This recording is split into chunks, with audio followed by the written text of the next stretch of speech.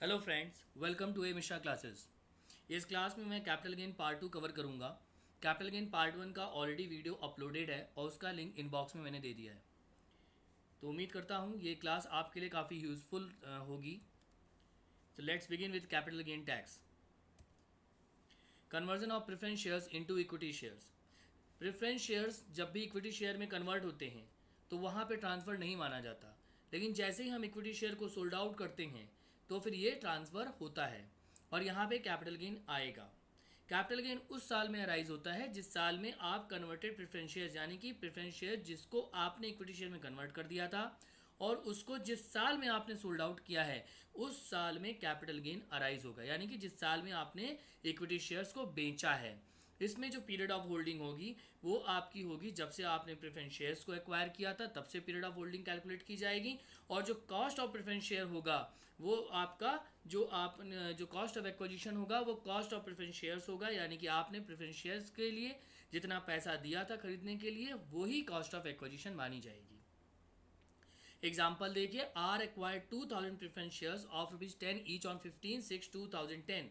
50% of the preference shares were converted into 400 listed equity shares of the face value of ₹10 each on 20th December 2018, when the market value of such equity shares were ₹80 each. 50% of the equity shares were sold on 15 December 2019 at ₹100 per share to recognized stock exchange and are paid ₹120 as security transaction tax. The fair market value of such shares on 31st December January 2018 was ₹150 each. यानी कि are ने क्या किया, are ने 2000 preference shares खरीदे 2010 में। उसके बाद उसने 50% प्रेफरेंस शेयर्स जो थे उसका 50% उसने कन्वर्ट कर दिया इक्विटी शेयर्स में, जो यानी कि 1000 प्रेफरेंस शेयर्स के बदले में उसने 400 इक्विटी शेयर्स ले लिए। उसके बाद उसने क्या किया, उसका 50% इक्विटी शेयर्स यानी कि 200 इक्विटी शेयर्स उसने बेच दिया 2019 में और उसने उस पर सिक्योरिटी ट्रांजेक्शन टैक्स दिया 120 का। 2018 में फेयर मार्केट वैल्यू कितनी थी, 150। देखिए, डेट ऑफ एक्विजिशन कब है इक्विटी शेयर्स का, shall be the date on which the preference shares were acquired. In this case, the preference shares were acquired on 15/6/2010 and the equity shares sold on 15 December 2019. Hence, there will be a long-term capital gain क्योंकि 2010 में खरीदा और 2019 में बेचा, यानी कि 24 month से ज़्यादा है। तो यहाँ पे क्या होगा, यहाँ पे लॉन्ग टर्म कैपिटल गेन होगा। कंसिडरेशन देखिए, इसने कितना बेचा था, इसने 200 इक्विटी शेयर्स बेचा था, कितने का, ₹100 पर शेयर। तो 200 इंटू 100 हो गया आपका 20,000 कंसिडरेशन प्राइस। और कॉस्ट ऑफ एक्विजिशन जो होगा वो होगा 200 शेयर्स इंटू 100। अब आप सोच रहे होंगे कि यहाँ पे 100 कैसे आया, तो 100 के लिए वर्किंग सोच देखिए। यहाँ पे देखिए, cost of acquisition for the purpose of computing long term capital gain under section 112A. The cost of acquisition for the purpose of computing capital gain in relation to long-term capital gain being an equity shares in a company, an equity-oriented fund, and unit of a business trust. Referred to in section 112A acquired on 1 February 2018 shall be higher of, यानी कि ये जो आपके दो चीज़ें, दो parameters नीचे हैं, इनमें से जो भी हायर होगा उससे हम कॉस्ट ऑफ एक्विजिशन मानेंगे। क्या क्या, the actual cost of such asset यानी कि आपने जितने में खरीदा, and the lower of, lower किसका, a fair market value of such asset और the full value consideration received और accruing result of transfer of capital asset. इन दोनों में जो लोअर, इसमें से जो लोअर होगा वो ले लीजिए, उसका कंपेयर करिए एक्चुअल कॉस्ट से, कॉस्ट ऑफ एक्विजिशन से। जो हायर होगा वही आपका कॉस्ट ऑफ एक्विजिशन बनेगा। इसलिए इस इलस्ट्रेशन में अगर आप देखें तो cost of acquisition of equity share क्या है, कॉस्ट ऑफ प्रेफरेंस शेयर। कितने का खरीदा था, ₹25 का। तो क्या होगा, 1000 डिवाइडेड बाई 400 तो कितना हो गया, ₹25। लोअर और दूसरे में lower of the following, fair market value as on 31 January 2018 कितना है, 150 पर शेयर। सेल प्राइस आपका कितना है, 100 पर शेयर। तो इन दोनों में लोअर कितना हो जाएगा, 100। 100 और 25 में कौन सा हायर हो जाएगा, 100। इसलिए यहाँ पे कॉस्ट ऑफ एक्विजिशन मैंने क्या लिया है, ₹100। तो 200 शेयर्स इंटू 100 तो हो गया ये 20,000। आपका लॉन्ग टर्म कैपिटल गेन हो गया नील। फिर देखिए, capital gain in case of amount receive from insurer on account of damage और destruction of any capital asset. कभी कभी क्या होता है कि हम लोग अपनी जो असेट्स हैं उसको इंश्योर्ड करा के रखते हैं। जब वो असेट किसी भी नेचुरल कैलेमिटीज से या फायर से या अर्थक्वेक से या किसी भी कारण से डिस्ट्रॉय हो जाती है, तो उसका कंपनसेशन मिलता है हमको इंश्योरेंस कंपनी से। तो जो इंश्योरेंस कंपनी से कंपनसेशन मिला उस पर जो प्रॉफिट या लॉस होगा वो कैपिटल गेन होगा या फिर कैपिटल लॉस होगा।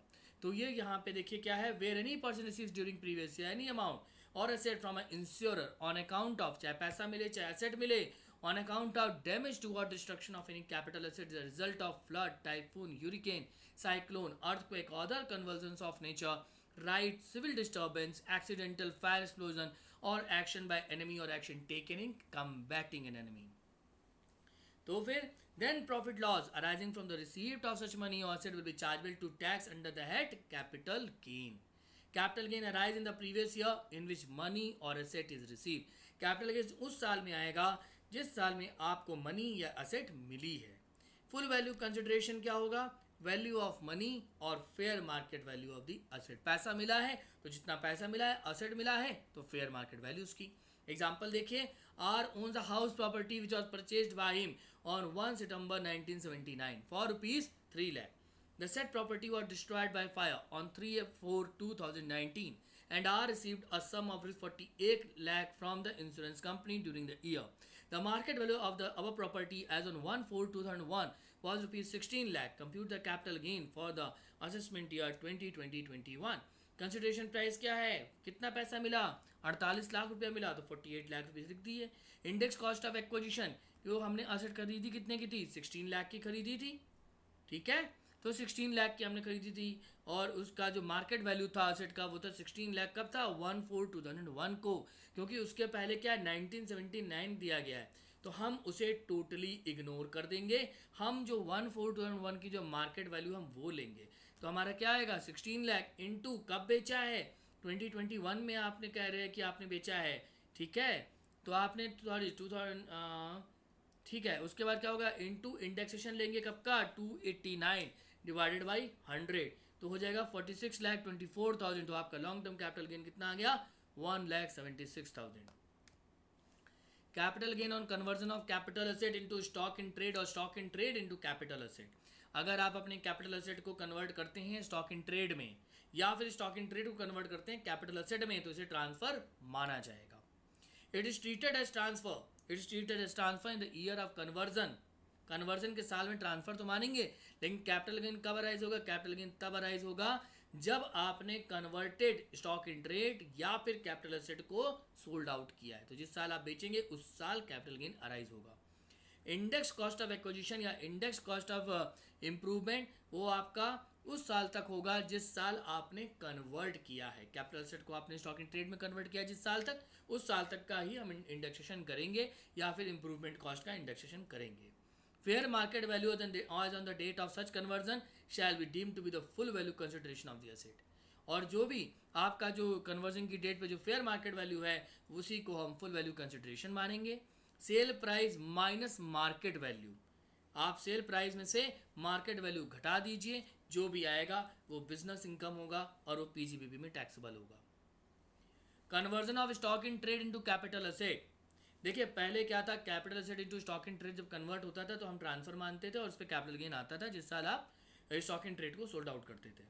परंतु क्या है कि जो आपका स्टॉक इन ट्रेड है अगर वो कैपिटल एसेट में कन्वर्ट हुआ तो ये पहले ट्रांसफर नहीं माना जाता था और इस पर कोई भी कैपिटल गेन नहीं आता था। तो ये अमेंडमेंट आया 1920 से, उन्होंने बोला कि अब जो है स्टॉक इन ट्रेड अगर कैपिटल एसेट में कन्वर्ट हुई तो फिर ये भी आपका कैपिटल गेन यहाँ पर भी अराइज होगा। और फेयर मार्केट वैल्यू कब का लिया जाएगा, on the date of conversion, और वो क्या होगा shall be chargeable to tax as business income. Actual cost of inventory converted into capital asset if used for business shall be the fair market value. और जो cost of inventory है उसका fair market value को ही हम उसका क्या मानेंगे, it is उसका फेयर मार्केट वैल्यू को एक्चुअल कॉस्ट मानेंगे। Cost of acquisition of such asset shall be deemed to be the fair market value which has been taken into account. Period of holding shall be reckoned from the date of conversion or treatment of such inventory into capital asset. Example देखिए, R Limited is carrying on the business of trading in shares. Submit the following information. Opening inventory of shares which include shares of XYZ Limited amounting to rupees 25 lakh. तो ये कितने का है उसकी market value आज की date में 3 crore. Purchase of shares of various companies during the year inclusive of STT paid 1 crore 40 lakh. Sale of shares during the year whose cost was rupees 80 lakh, 1 crore 20 lakh. STT paid on the sale of the shares 12,000. XYZ shares containing rupees 20 lakh were converted into capital asset on 5/5/2019 when the fair market of the shares was rupees 45 lakh. XYZ shares which were converted into capital asset was sold on 8/11/2019 54 lakh. STT paid on the sale of shares 5400. Compute the income under the head PGBP and capital gain of R Limited for the previous year 1920. Formula देखिए यहाँ पे कौन सा लगेगा, यहाँ पे formula लगेगा cost of share sold. हमें सबसे पहले ये निकालना है कि उसकी एक्चुअल कॉस्ट क्या है. तो opening stock plus purchases minus closing stock का फॉर्मूला लगाएं. तो यहाँ पे देखिए ओपनिंग स्टॉक कितना है 3 करोड़, ठीक, और हमने परचेज कितना किया 1 करोड़ 40 लाख. हमने सोल्ड आउट कितना किया, हमने हमारा जो क्लोजिंग स्टॉक है वो कितना है, वो है हमारा 20 लाख. जो शेयर हमारे कन्वर्ट हुए हैं वो है 20 लाख रुपीज़ के. ओके, ये यहाँ पे दिया हुआ है देखिए 20 लाख के जो शेयर्स हमारे कन्वर्ट हुए हैं. 20 लाख प्लस 80 लाख. 80 लाख क्या है, कॉस्ट ऑफ शेयर सोल्ड, जो हमने बेचा है वो यहाँ पे है 80 लाख. जो शेयर्स आपने बेचे 80 लाख रुपीज़ का, तो वैल्यू ऑफ क्लोजिंग इन्वेंट्री आप कितनी आ जाएगी 3 crore 40 lakh. Computation of business income देखिए, share sold during the year कितना है, कितना बेचा है हमने 1 करोड़ 20 लाख के शेयर बेचे हैं. Okay, less cost of share sold, उसमें से कॉस्ट ऑफ एक्विजिशन घटाएंगे. तो ओपनिंग इन्वेंट्री हमारी कितनी है 3 करोड़. ओके, उसमें से मैंने क्या किया plus share purchase during the previous year, कितना मैंने खरीदा है 1 करोड़ 40 लाख का मैंने खरीदा है. उसमें मैंने क्या किया, ऐड हो गया कॉस्ट ऑफ, ये आपका टोटल आ गया 4 करोड़ 40 लाख. उसमें से लेस कर दीजिए cost of shares converted into capital asset, कितना 20 लाख रुपीस का कन्वर्ट हो गया है, converted into capital asset. Okay, उसके बाद क्लोजिंग इन्वेंट्री. क्लोजिंग इन्वेंट्री हमारी कितनी थी 3 करोड़ 40 लाख रुपीस की हमारी क्लोजिंग इन्वेंट्री थी. आपने जोड़ा 3 करोड़ 40 लाख और 20 लाख को, तो 3 करोड़ 60 लाख हो गया. इसको आप 4 करोड़ 40 लाख से जब घटाएंगे तो ये हो जाएगा 80 लाख रुपीस का. आप इसे घटा दीजिए इसमें से 1 करोड़ 20 लाख में से, आपका जो प्रॉफिट आएगा वो आएगा 40 लाख रुपीज़. आपने उस पर एसटीटी पेड किया है कितना 12,000, तो आपका नेट प्रॉफिट कितना हो गया 39,88,000. उसमें आप fair market XYZ shares converted into capital asset, वो कितना है 45 लाख. उसके बाद आपका बिजनेस इनकम आ गया. इन दोनों को जब आप जोड़ेंगे तो आपका बिजनेस इनकम आ जाएगी 84,88,000. Computation of income under that capital gain consideration price आप देखिए 54 लाख, उसमें से कॉस्ट ऑफ एक्विजिशन घटा दीजिए 45 लाख का. एसटीटी यहाँ पे अलाउड नहीं है, तो आपको कितना हो जाएगा short term capital gain 9 lakh का. ये बड़ा इलस्ट्रेशन यहाँ पे कवर करने का इसीलिए उद्देश्य है क्योंकि ये जो आपका conversion of stock in trade into capital set है ये अभी 1920 से आया है, इसीलिए ये बड़ा इलस्ट्रेशन यहाँ पे मैंने इनकॉर्पोरेट किया है. Capital gain on transfer of capital asset by partner member to a firm AOP BOI as capital contribution. जब पार्टनर कोई भी असेट अपना जो है वो पार्टनरशिप फर्म को देते हैं तो वहाँ पे क्या होता है कैपिटल गेन अराइज होता है. Profit on gain on transfer of capital asset by way of capital contribution shall be chargeable to tax. Full value consideration, जो आपका फुल वैल्यू कंसिडरेशन है, जो बुक्स यानी पार्टनरशिप की बुक्स जो हैं उसमें जो उसकी एंट्री की गई है हम उसे फुल वैल्यू कंसिडरेशन मानेंगे, not the market value of the asset. हमें मार्केट वैल्यू एसेट से कोई मतलब नहीं है, हमें जो बुक्स में जो वैल्यू फेयर मार्केट वैल्यू जो रिकॉर्ड हुई है, जो फुल वैल्यू कंसिडरेशन हुआ रिकॉर्ड किया गया है, हम उसे ही लेंगे. देखिए, R acquired a property by way of gift from his father in the previous year 2006 and 7 when its fair market value was rupees 3 lakh. The father has acquired the property in the previous year 3-4 for rupees 9 lakh. The property was introduced as capital contribution to the partnership firm in which R became a partner on 5/6/2019. The market value of the asset on 5/6/2019 was rupees 24 lakh, but it was recorded in the books of account of the firm at rupees 25 lakh. Is there any capital gain chargeable? बिल्कुल है. क्यों है? क्योंकि ये partnership firm है और यहाँ पे असेट इंट्रोड्यूस की गई है. जो असेट इंट्रोड्यूस करेंगे तो कैपिटल गेन आएगा, और जो हमारी बुक्स में रिकॉर्डेड है जो वैल्यू वही हमारा फुल वैल्यू कंसिडरेशन होगा. तो बुक्स में कितना रिकॉर्ड है 25 लाख, तो मैंने 25 ले लिया. 25 लाख। उसके बाद उसमें से इंडेक्स कॉस्ट ऑफ एक्विजिशन आप घटा दीजिए, तो देखिए इंडेक्स कॉस्ट ऑफ एक्विजिशन जब फादर ने से प्रॉपर्टी इनहेरिट की गई है, गिफ्ट के रूप में मिली है 6-7 में, तब इसकी वैल्यू थी 3 लाख रुपीज़। तो 3 लाख रुपीज़ उसमें वैल्यू थी, लेकिन the father has acquired the property in the previous 3-4 for rupees 9 lakh. लेकिन हम तो बोलेंगे जो ओल्ड हमारा जिसके पास प्रॉपर्टी थी, हम प्रीवियस ओनर की जो कॉस्ट ऑफ एक्विजिशन है हम उसको कंसिडर करेंगे।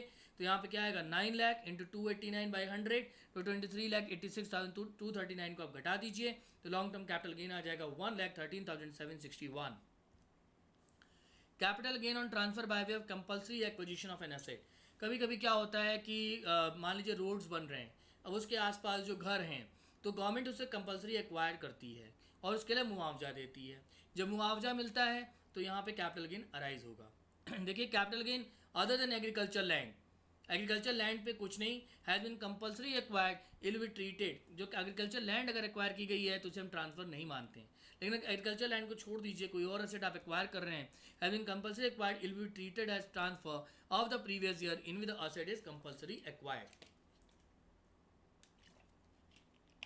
Capital gain will be in the previous year in which either the whole or part of the compensation or consideration actually received, not in the year of compulsory acquisition.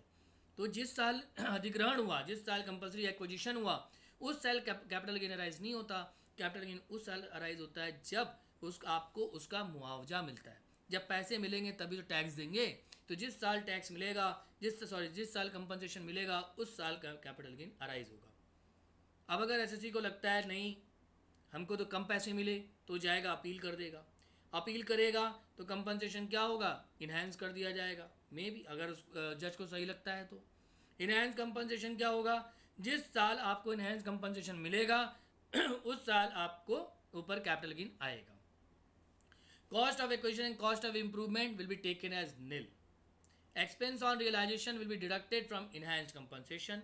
If assessee died, EC will be taxable. Enhanced compensation will be taxable in the hands of the person who receives enhanced compensation. अगर case चलते चलते जिसको मिलना था compensation वो नहीं रहे, तो जिसको ये पैसे मिलेंगे उनके भी उनके हाथ में टैक्सेबल होगा। इनहैंस कंपनसेशन में कॉस्ट ऑफ एक्विजिशन और कॉस्ट ऑफ इंप्रूवमेंट दोनों निल होंगे। इलस्ट्रेशन देखिए, X acquired house for ₹1,20,9798। On his death in October 2006 the house was acquired by his son Y. The market value of the house as on 1/4/2001 was ₹2 lakh. This house was acquired by the government on 15/3/2013 for ₹12,60,000 and compensation was paid to him on 25 March 2014 and balance ₹2,40,000 on 15/4/2014. While filed a suit against the government challenging the quantum of compensation, and the court ordered for giving an additional compensation of ₹4 lakh. He incurred an expenditure of ₹10,000 in connection with the suit. The additional compensation received on 14/3/2020 compute the capital gain chargeable to tax. Solution देखिए, capital gain on initial compensation shall be chargeable in the year 2014 and 15, that is for the previous year 2013 and 14, during the part of the compensation actually received by him. Although the balance of his 2,40,000 was received in the previous year 2014 and 15. कहने का मतलब जिस साल आपको मिला compensation, उस साल का पार्ट भी मिला हुआ है, तो हम उसे पूरा का पूरा जो कंपनसेशन है वो पूरा का पूरा आपका टैक्सेबल हो जाएगा।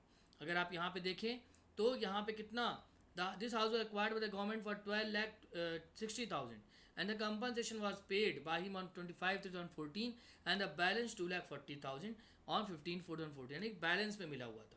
लेकिन जिस साल आपको पार्ट में या फिर पूरा पैसा मिलेगा, हम उस साल पूरा मानेंगे कि पूरा आपको मिल गया है और उसी साल टैक्सेबल करेंगे।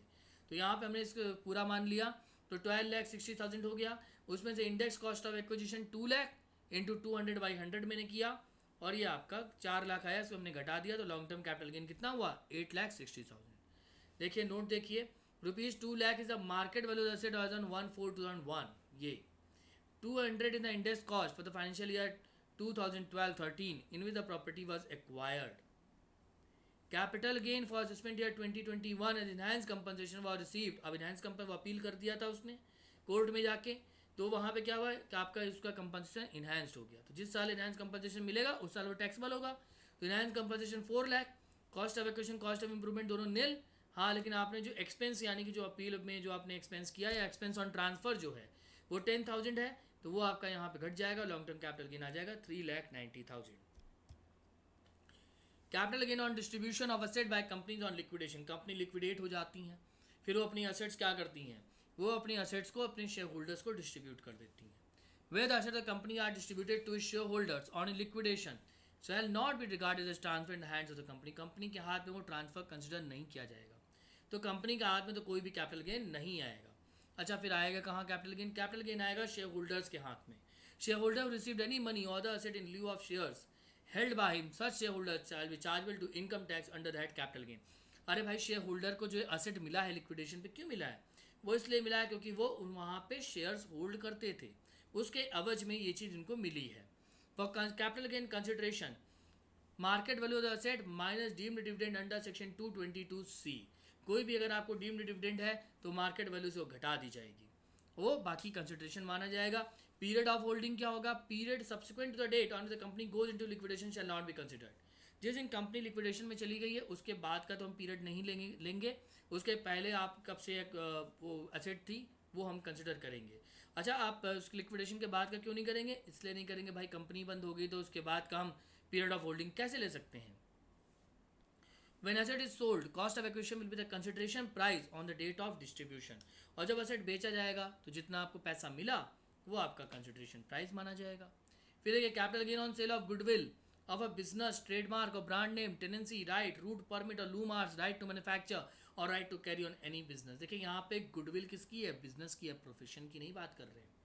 तो कैपिटल गेन किसके उस पे आता है? जब आप बिजनेस की गुडविल को सेल्ड आउट करते हैं, या फिर ट्रेडमार्क या ब्रांड नेम या टेनेंसी राइट या रूट परमिट या लू मार्क्स या right to manufacture, right to carry on any business, तब कैपिटल गेन अराइज होगा। When the assets are purchased, purchase price ले लेंगे। जब आप असेट परचेज करते हैं तो कॉस्ट ऑफ एक्विजिशन आपका परचेज प्राइस होगा। In any such case price paid by the previous owner, अगर प्रीवियस ओनर ने पे किया है तो प्रीवियस ओनर का प्राइस ले लेंगे।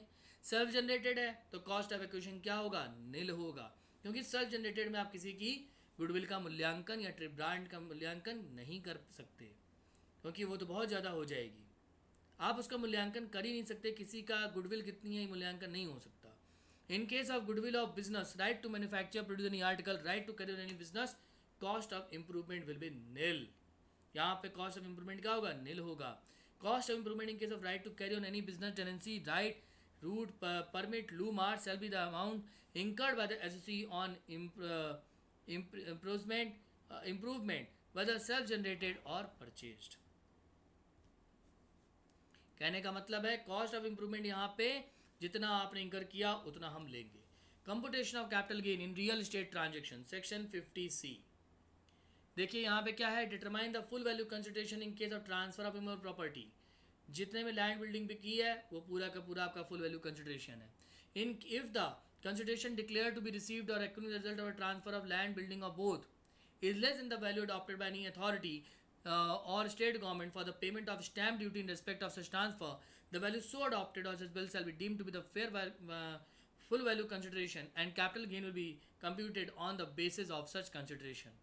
However, there is a variation between the stamp duty price and the actual consideration for the purpose of section 50C, which is not more than 10% of actual consideration. Such variations shall be ignored and consideration will be the actual consideration. कहने का मतलब ये है कि अगर आपने land building बेची और आपने जो वहाँ का जो वैल्यू वहाँ की अथॉरिटी ने या फिर स्टेट गवर्नमेंट ने उस प्रॉपर्टी की डिटरमाइन की है, उससे अगर आपने कम पे भी बेची है तो भी हम उसे फुल वैल्यू कंसिडरेशन मान लेंगे। लेकिन जो आपका सेल प्राइस है और जो वैल्यू उन्होंने फिक्स करी है उसमें जो डिफरेंस है वो 10% से ज़्यादा नहीं होना चाहिए। ठीक। Where the date of agreement fixing the amount of consideration and date of registration for the transfer not the same, the value assessed assessable by the stamp valuation authority on the date of agreement may be taken for full value consideration।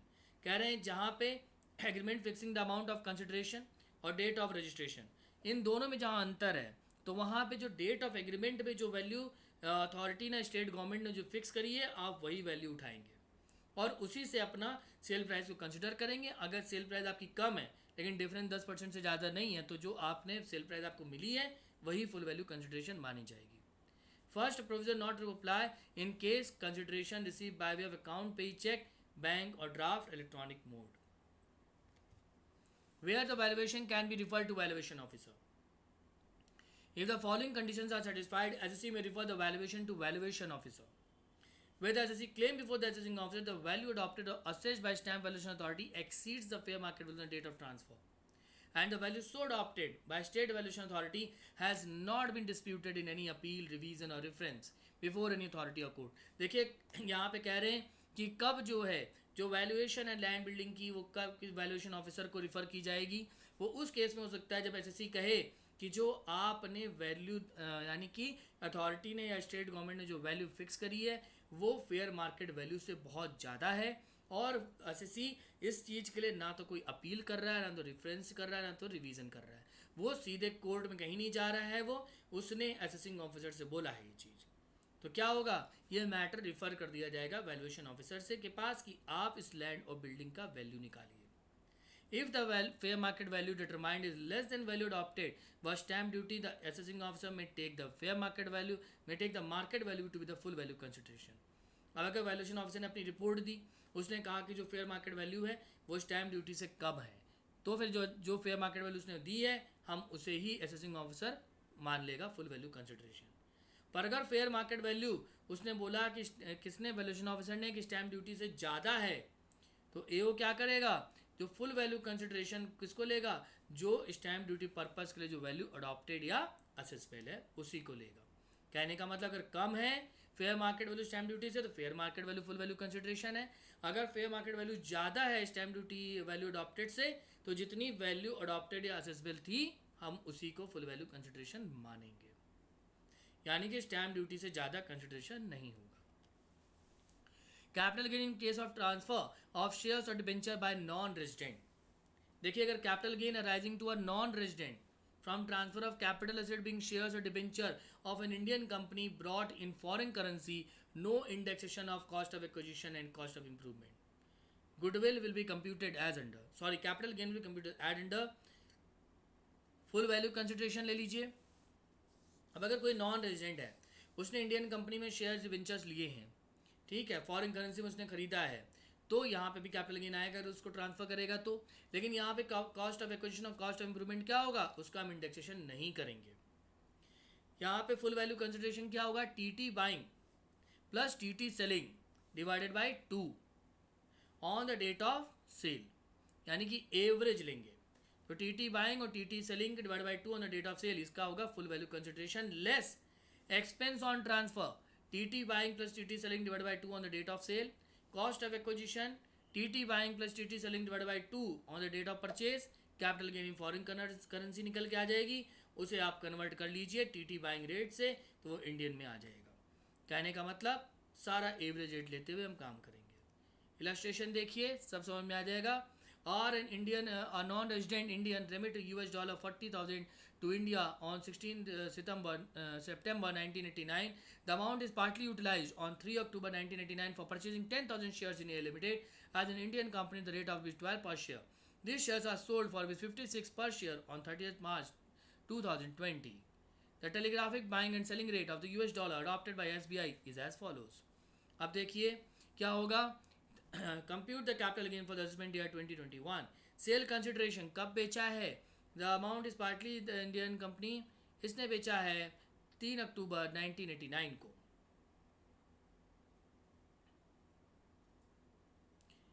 नहीं sorry 30 मार्च 2020 को shares इसने बेचे हैं, तो हम क्या करेंगे, हम ले लेंगे 69 प्लस 71 डिवाइडेड बाई 2 करेंगे, तो सेल कंसिडरेशन कितना आ जाएगा, 70 आएगा. हमने क्या किया 5,60,000 को हमने 2 से कितना, ये देखिए 56 पर शेयर था, ठीक है, 10,000 शेयर्स थे, मल्टीप्लाई करेंगे 5,60,000 आ जाएगा.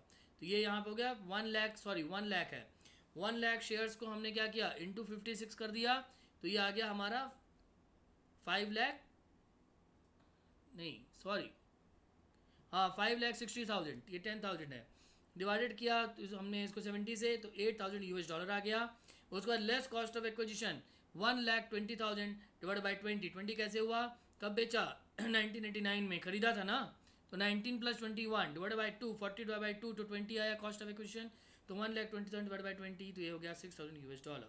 लॉन्ग टर्म कैपिटल गेन कितना हो गया, $2000 capital gain converted into rupees, तो आपका 2000 इनटू आप क्या लेंगे, बाइंग रेट लेंगे, तो इनटू 69, तो 1,38,000 ये आ गया। उम्मीद है आपको ये स्लाइड काफ़ी हेल्पफुल होगी, एग्ज़ाम पर्पज़ के लिए तो बहुत ही अच्छी है ये साइट। अगर आपको पसंद आए तो प्लीज़ इसे लाइक और सब्सक्राइब करें। Thank you.